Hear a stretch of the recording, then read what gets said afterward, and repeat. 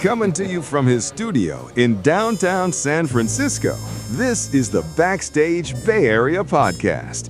And now, here's your host, Steve Roby. Hey, welcome everyone. This is Backstage Bay Area. Thanks for joining us. I'm Steve Roby. My guest today is the great Lenny White, a drummer whose career connects directly to the world of Miles Davis. After recording with Miles on Bitches Brew as a teenager, Lenny went on to become one of the most defining voices in modern jazz. Now he's part of SF Jazz's tribute to Miles Davis, Acoustic Years, celebrating the music that still speaks across generations. Lenny, it's a pleasure to have you with us. Thank you so much, Steve. Where am I reaching you today? I'm at home. Where's home? Teaneck, New Jersey. All right. Sounds good. Well, let's get into some questions about Miles Davis and the upcoming show at SF Jazz.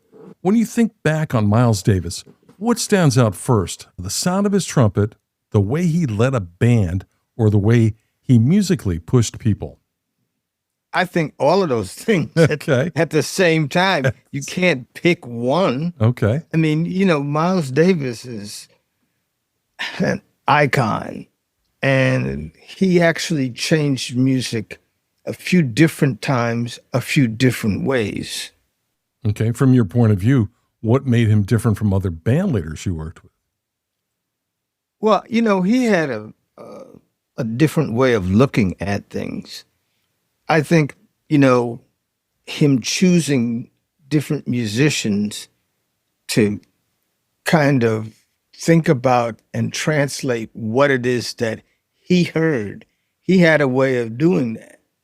I guess, he had played with these great musicians before him, and he found ways to do what he did with them and found ways to take what it is that they did and make it work with the people that he chose to do it with. Can you say a little bit more about that? What was that experience like working with him? Well, the fact of the matter is that he had heard about me and didn't actually hear me play, but through word of mouth, I was one of the people that he wanted to use to try to hear this new music that he heard. And I think he did that with everybody that he chose. You saw how serious Miles was about moving forward with his music. What did he teach musicians without having to say very much? Well, I guess he actually got them to think. He did what he told me. He said, think of this as a big pot of stew, and I want you to be salt. Now, what musical thing did he ask me or talk to me about being salt? I didn't get it, but I kind of thought about it after he said that. And I said, okay, man, I have to really sound like I'm a part of this big pot of stew. And it was a very interesting perspective for me to think about. And I had nothing musical to put as a reference. Mm. But see, that in itself is how somebody who's like a sorcerer would get a musician to think differently, not just think about music.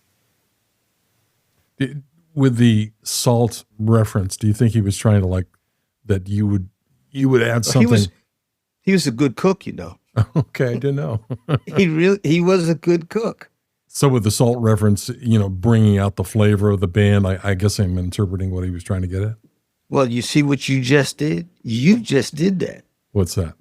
You just did that. You just thought about it and said, oh, man, maybe that's what he was thinking about. Yeah.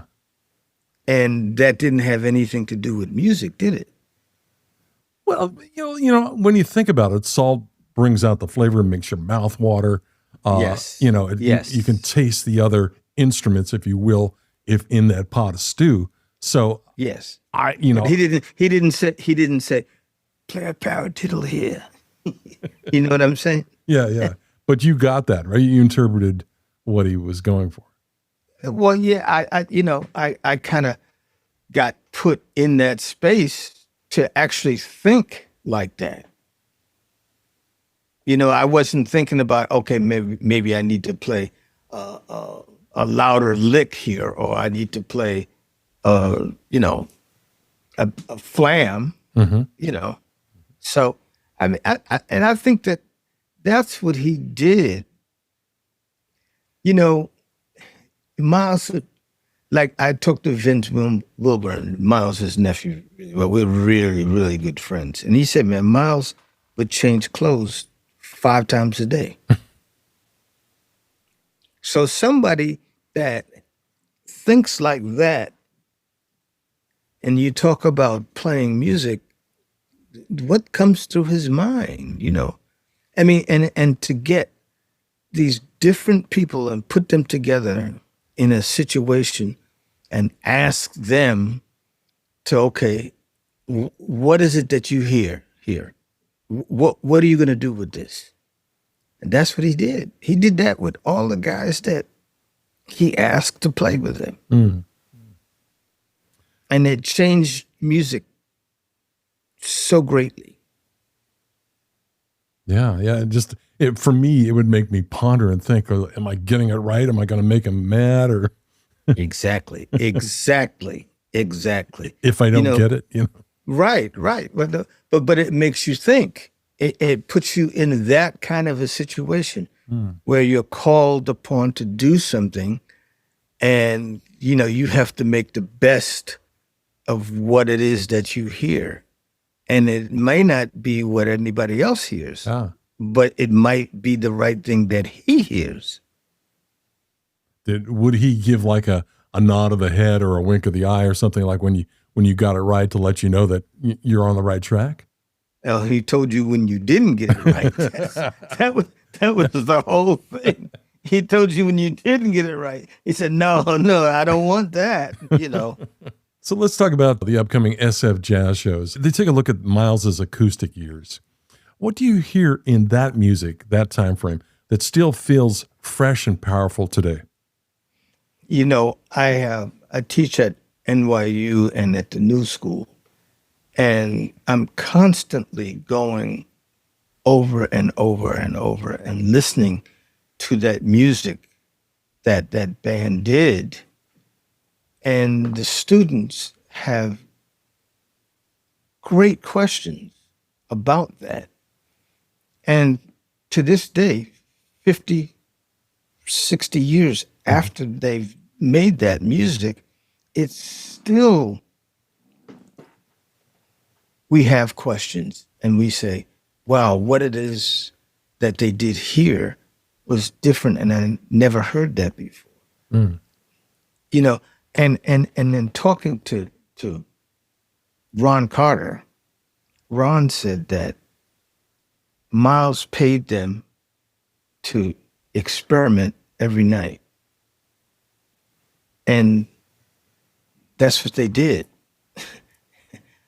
And it's amazing how much they could play and differentiate what they played the night before or the night before that, and come up with new ideas and experiment.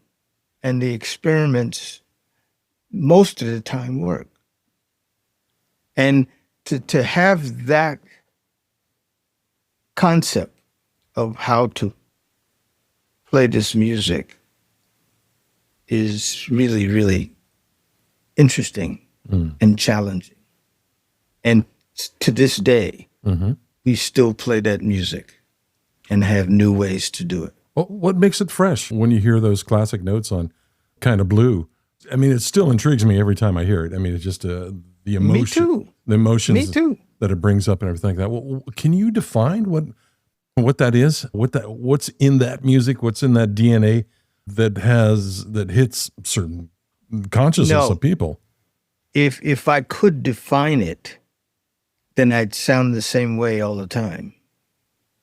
For me, it's like a time portal. Yeah, well, it actually is. I mean, because you can play a song all the time, but you don't want to play it the same way.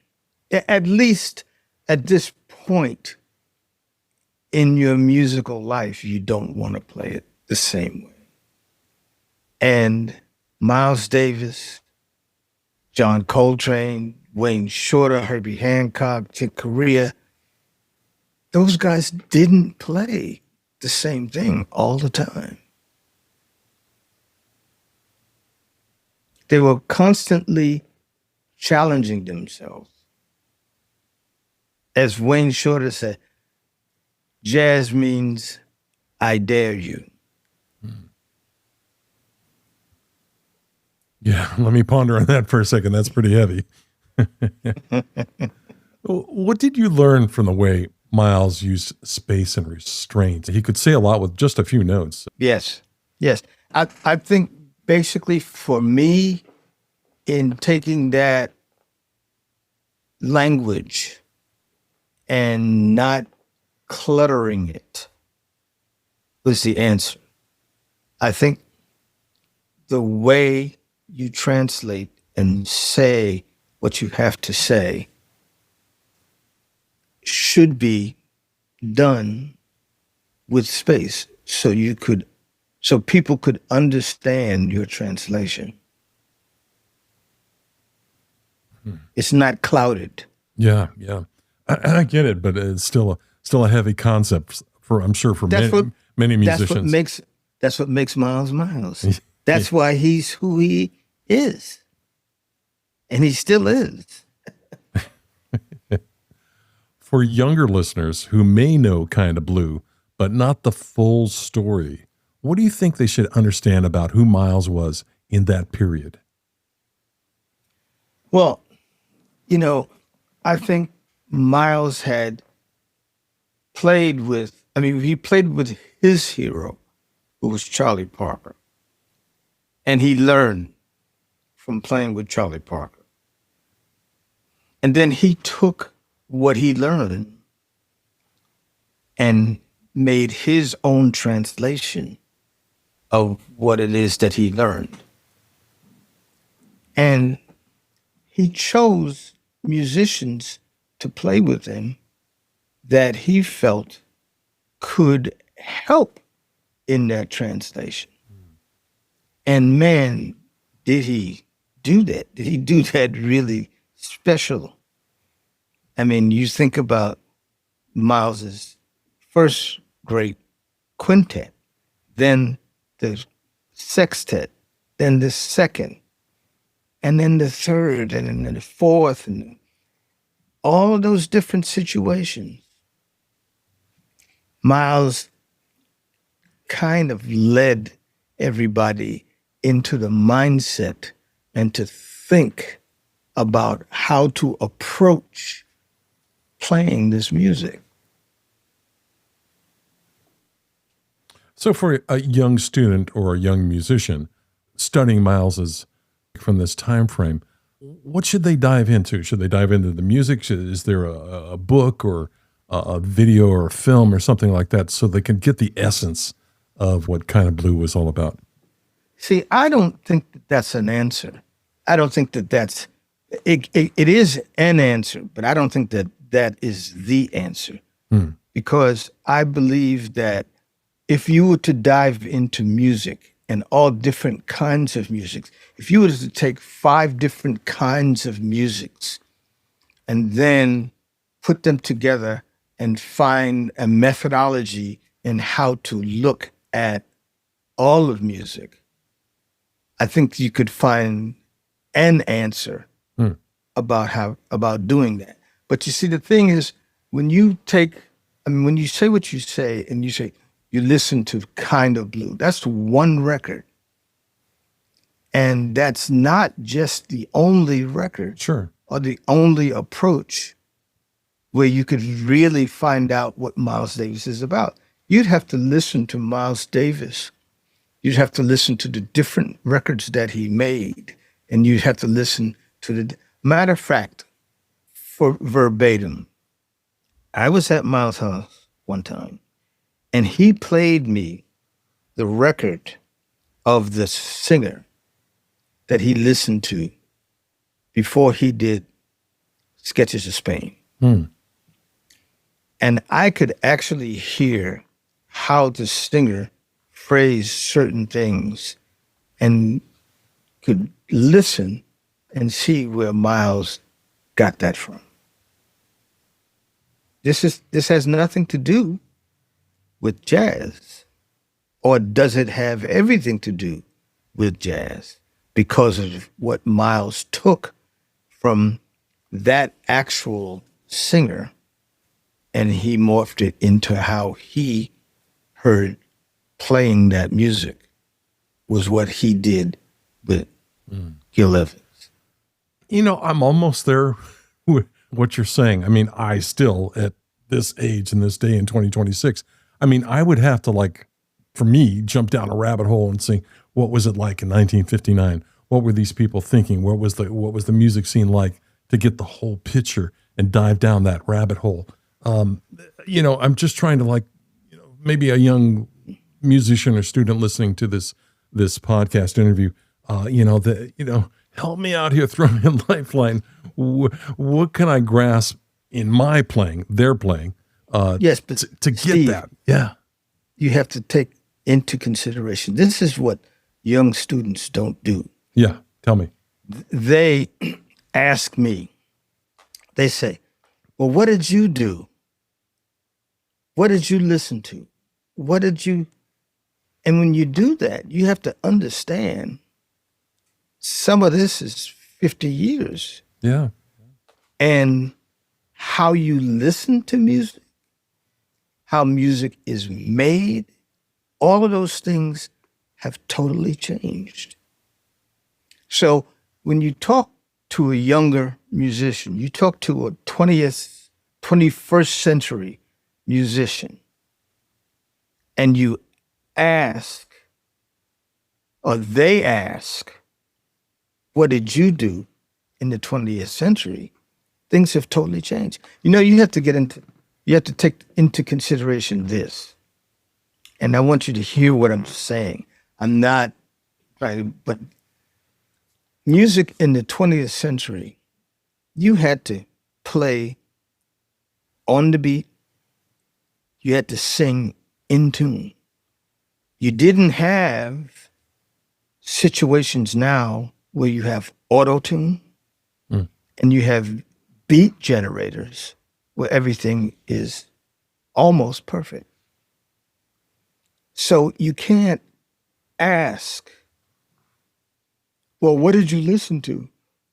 And then take into consideration how music is made today. Mm-hmm. So you have to really take that and think about that. And I do that all the time because I'm talking to my students all the time. Mm-hmm. And when we both get into the conversation, then they say, yeah, you know what? You're right. Music has changed. Is there an aha moment you see in your students' eyes when they light up, the light bulb goes off? Yes. Tell me about that experience. I would love to know that. Well, again, when I ask a student and I say, well, if you're asking me what I listened to, this is what I listened to. I listened to this record. But you see the difference in how music was played in that time period and how music is played now. And they say, they do exactly what you said. They say, right. Because those kinds of things are not present in this kind of music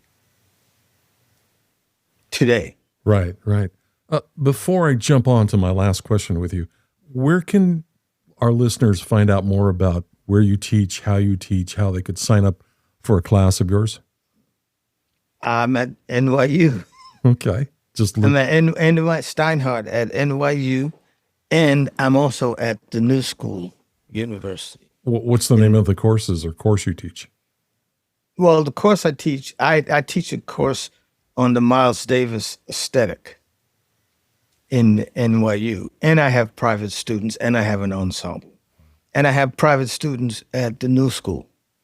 And, you know, the thing about teaching and teaching newer students about different ideologies and how to hear music, you have to put all of these different things together. You get the one thing that is somewhat interesting is that I've been given an opportunity to have my own curriculum in terms of how I talked and teach my students.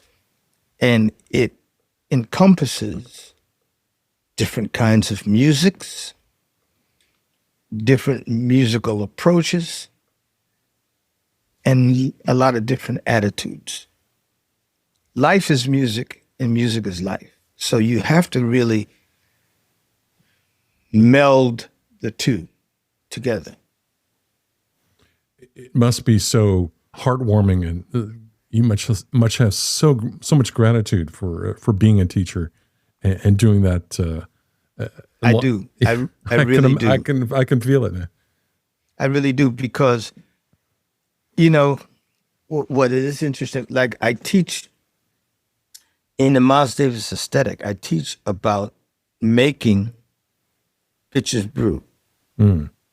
And for that to be my first recording and all that I went through with that, I mean, and the students are really great because they ask questions.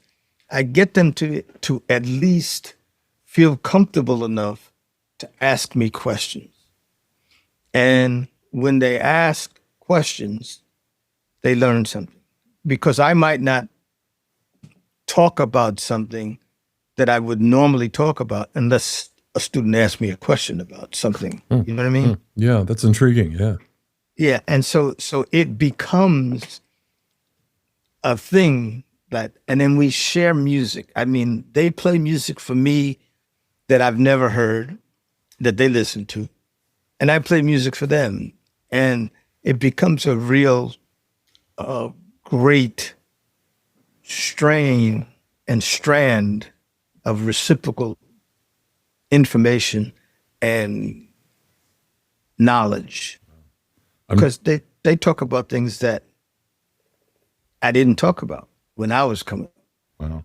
I'm just getting chills as you give me the explanation. I could just see the students. What an exchange. Well, let me ask you one last question. What do you hope the audience at SF Jazz walks away with after this tribute to Miles Davis? I hope they walk away with those that were not there. I hope they say, wow, that's what it was like. Those that were there, they say similar things. Man, yeah, I remember how the music was played like that. And wow, that's really great. I love the energy. I love the fact that we are actually seeing people play music and they're having conversations with us as they're having conversations with each other. And I'm sure you've played with the other musicians on the stage with you, like Javon Jackson and Dr. Eddie Henderson and the others, right? We've recorded many, many times. Right. So, we recorded at times that were like that music that we're playing. And we recorded most recently in different times. It's time for me to remind our listeners that there will be 2 shows at SF Jazz for the Miles Davis tribute on Saturday, March 21st at 4 p.m. and 7:30 p.m. Go to both. And I would get tickets now because I looked at the website this morning and it said almost sold out. So don't hesitate. Once you hear this, go to sfjazz.org and pick up a couple of tickets. And this will be a show that'll go down in the music history books, I'm sure. Lenny, thank you again for joining me and giving us such a personal window into the world of Miles Davis and this upcoming celebration at SF Jazz. Thank you, Steve. All right. And thanks to all of you for listening. This is Backstage Bay Area. Thanks for joining us. Are you a jazz musician preparing for a run in San Francisco? The Backstage Bay Area podcast wants to help tell your story. We are currently filling our guest lineup with the artists keeping the jazz scene alive. If you have dates booked at a local club or concert hall, let's get you on the mic to discuss your latest work. Connect with us directly. Send an email to backstage.sfbay@gmail.com. Just let us know when you'll be playing in San Francisco. That's backstage.sfbay@gmail.com. Backstage Bay Area is dedicated to keeping jazz alive in the 415 by spotlighting the artists, presenters, and venues that sustain this music. The most meaningful way to support local jazz is simple. Show up, buy a ticket, and experience the music live. Visit BackstageBayArea.com and explore our upcoming concerts section, featuring both a weekly guide and a weekend guide to jazz shows across the region, plus the latest concert news. Thank you for keeping jazz alive in the 415. You've been listening to the Backstage Bay Area podcast. Visit us on the web at BackstageBayArea.com. And don't forget to keep jazz alive in the 415.